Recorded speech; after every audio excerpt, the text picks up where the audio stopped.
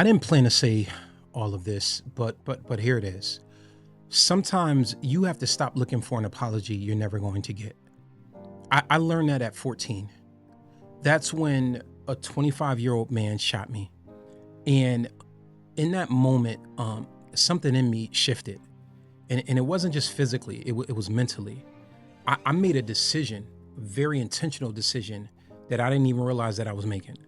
Nobody was ever going to make me feel that powerless again.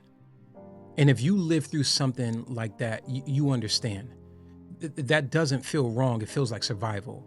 But if you don't deal with that decision, it doesn't stay in the moment. It follows you. It followed me throughout the continuity of my life. It shapes how you move, how you think, how you respond. You stop asking what's right and you start asking what keeps me from being hurt again. And those are not the same questions. So everything becomes about control, about not being caught off guard. And if you're not careful, you don't just protect yourself, you start becoming the very thing that you were trying to protect yourself from. And years later, when he was being released, I had already decided I was going to kill him. But life doesn't always follow the plan you make when you're angry. Because before I ever saw him again, I ended up in prison myself. And sitting in that cell, you don't have anywhere to run from your own decisions. You just sit with them. And at some point, you realize you're not just the person something happened to, you're also the person who's done something. You're not just carrying the worst day of your life, you have also been a part of the worst day of somebody else's life as well. And somewhere in that, the person that I hurt gave me an opportunity that I didn't see coming. And that was grace. And that wasn't because I earned it, just because he could. And that changes you because now you're holding on to something you never gave to someone else.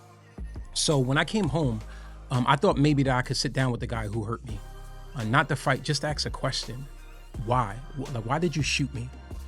And he doesn't want that conversation. He avoids it. And if I'm honest with you, that bothers me. Because I realized I was still waiting on something. I was waiting on an explanation, something that would make it make sense. And here's what I had to come to terms with. Some people will hurt you and never look back. They're never going to explain it. They're never going to apologize, nothing. And if you keep waiting on that moment, you stay stuck in the same place that they left you. So through prayer, therapy, I made a decision. I'm done carrying that because at some point you realize it's not about what they say. It's about what you're willing to keep holding. And sometimes you don't get closure. You just decide you're done carrying.